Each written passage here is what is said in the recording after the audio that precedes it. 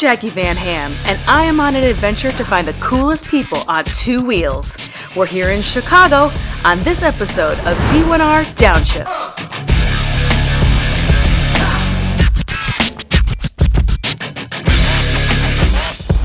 We're here on the west side of Chicago to talk to one of the city's most famous and infamous stunt riders and motovloggers, Brian 636, here at Misguided Motorsports.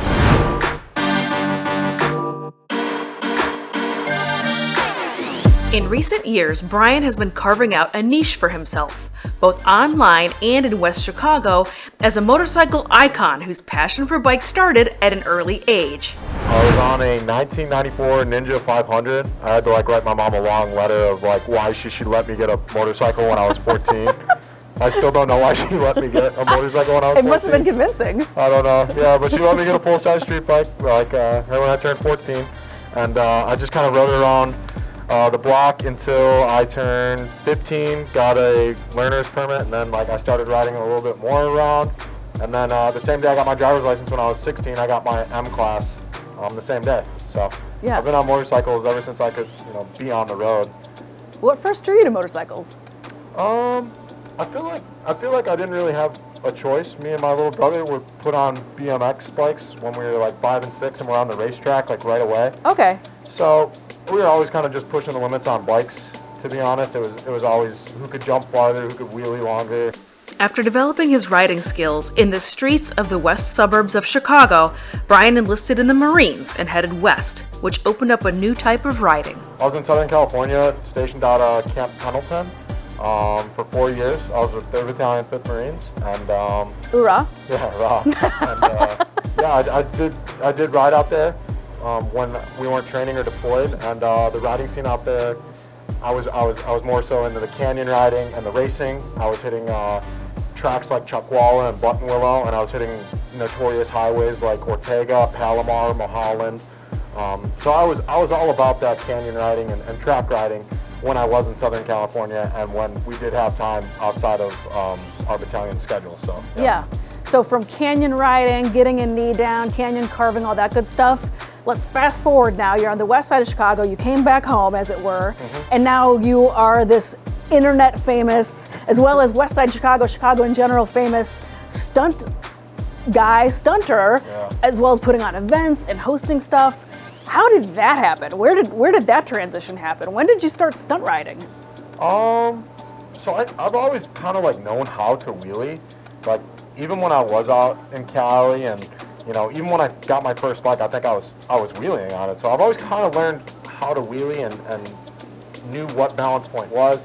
But it wasn't until I got out of the Marines and my little brother really pushed me to get into stunt riding because I had lost a couple friends doing the fast stuff out in California.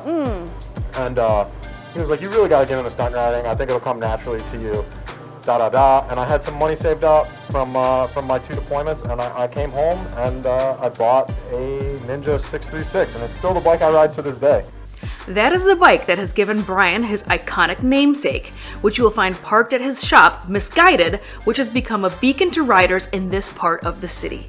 I started Misguided in 2017, I believe, and it was more so just online clothing and apparel that I felt like it was a brand that reflected what stunt riders are. We're a little bit misguided, sure. A little bit misunderstood, not your typical rider. So I thought that word resonated with stunt riders, and it was the clothing brand at first. And then we opened up Misguided Motorsports here on Harrison and Central in 2022. So a little over 2.5 years now we've been here, and more so we wanted to become a dealer for drag specialties and parts unlimited and be able to do tire changes, vent helmets, and do a service to the city because there is no other real motorcycle shops on this side of the city. There's nothing. So. Okay. Yeah, that makes sense. Yeah. Doing a little bit of pretty much basic type service here. Do you get really deep in any performance or anything? It's just kind of providing general service. Correct. Yeah, and we are involved with the stunt community, so we do full-on stunt builds. Specific to stunt riding. Whether it's a Harley Davidson from the ground up, a 636 from the ground up, F4I, lots of Grom builds, lots of minis. Groms are very popular here. Very cool. For a very obvious reason. the small CC bikes are very popular on the west, south, and north sides of the city. Brian knows it may not be the most obvious location for a shop like this, but it seems to be working. You're on the west side of Chicago. This is a very interesting location to come and open up a motorcycle shop. What drew you to this community? What keeps you in this community? You know, can you talk a little bit about the west side of Chicago? Yeah, I mean, I feel like ever since when I came home, I started going to DePaul University, and it transitioned me into needing a place to stay in the city, and I couldn't really afford to live on the north side, so I moved to the west side, and been riding out here, been doing meets out here ever since. And yeah, it is a little bit more disenfranchised part of the city, and there's a little bit of stigma to why you own a shop here, why do you live here, why do you continue to stay there. But there is something special about over here. I feel like there's the best people, the best restaurants. The community that exists here is second to none. Everyone that we ride with and that comes to the shop, we all might look different and come from different backgrounds and everything, regardless. But we all come together to ride, and we find unity in that. So I feel like this is a really special place, and we've been riding and meeting up here now for, I believe, 8 years. This common ground of motorcycles, this common language Exactly. of motorcycles is what kind of ties everybody together. It's my pleasure to bring light to the good people and the good things that exist over here. Just, the stuff that the West Side is known for. Yeah, the stuff that you see on the news. Exactly, yeah. I do love watching your channel because you do have amazing rides and you do amazing stunts, obviously, but you also really do pull over, talk to the locals, talk to the people in your neighborhood that you see every single day, every single week, Yep. and you give it humanity, if that's a fair way of saying it. You let people have a little bit of a peek inside of what goes on here on the West Side. When we return, I'll ask Brian more about his social media presence, why he conceals his identity, and the Chicago event known as Leaned Back.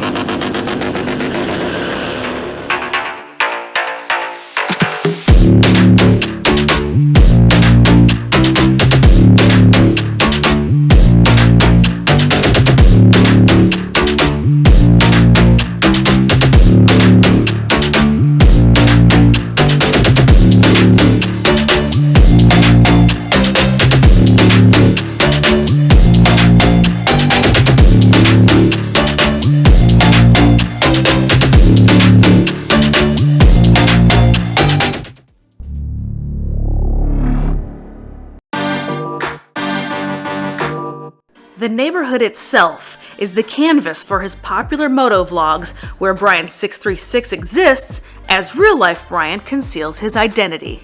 The whole Brian 636 persona, always covered up, always in a helmet. What is this? What is that all about? I mean, I feel like there's a couple of reasons for it. I really am just into my riding and that professional side of my life being that side of my life.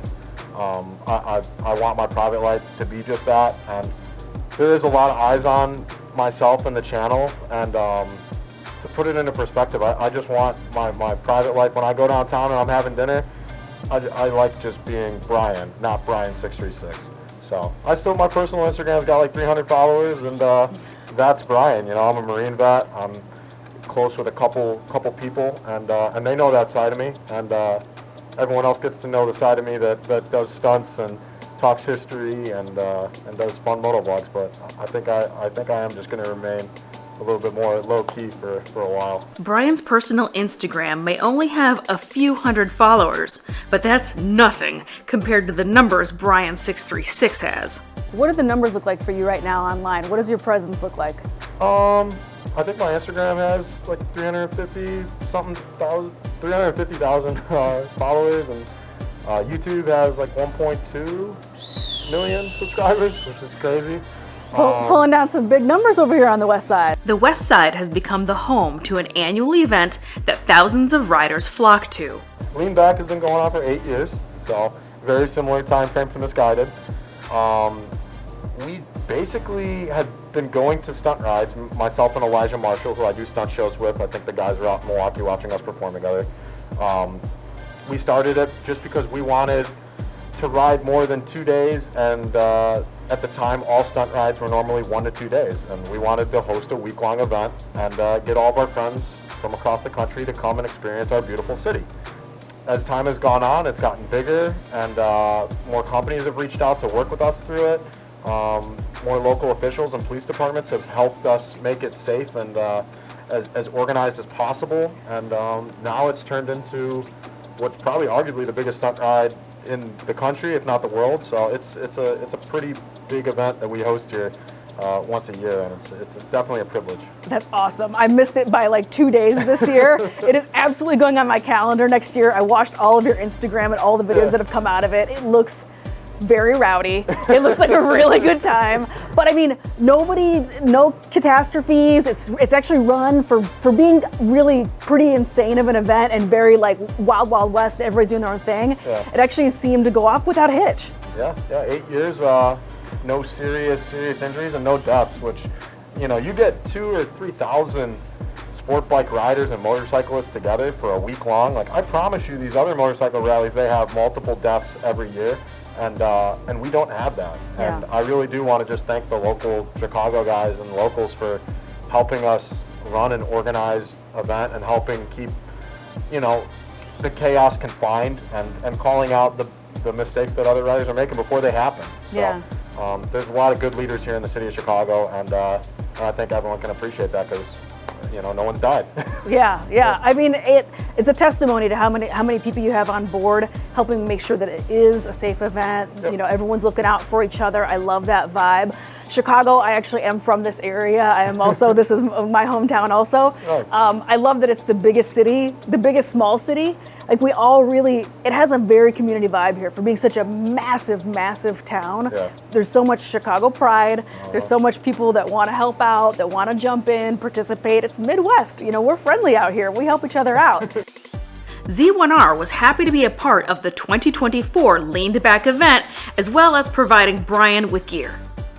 I think it's pretty obvious that helmets play an enormous role in stunt riding. We're pushing our bikes, our bodies, and ourselves to the absolute limit to learn some of these tricks. And with that being said, the most vital part to protect yourself is your head. And helmets have saved my life multiple times.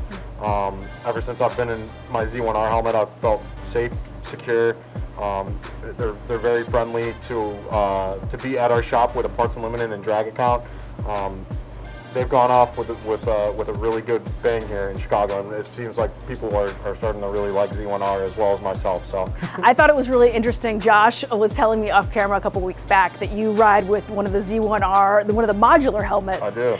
And I thought that was so fascinating because modular helmets I see a lot of in the adventure riding community. That's a pretty normal, common helmet. But I haven't really seen a modular helmet in sport bike or stunt riding. Now, to be fair, I'm not huge in this scene, but I love the thought of you riding with this modular and you can pop it up and it's comfortable. I mean, what do you think about that Solaris helmet? So that's my first modular helmet ever, and to be honest, I am hooked. And that's what seems to be the new wave here in Chicago is those modulars. Myself as a motovlogger, I wish I could always wear it, but I just can't because I got to run wires up to here from my microphone and have a GoPro chin mount. And if I was in a modular, I'd just have it up all the time, and I wouldn't be able to make YouTube videos because no one would watch them because the camera would be straight up to the sky. So I kind of have to still wear a traditional helmet, but I do really enjoy wearing my modular on just around the town ride. It's super comfortable. You can pull over, you can drink your water, you can talk to your friends. It's just a lot more convenient of a helmet. So all I know is we've been talking for forever, which you and I could continue talking for forever about motorcycles, I feel like. Yeah. But we've been talking forever about bikes. Let's go ride some motorcycles. I'm ready to go experience a day, Brian 636 style. So let's go ahead and go jump on some bikes and go check out the west side of Chicago. Let's do it.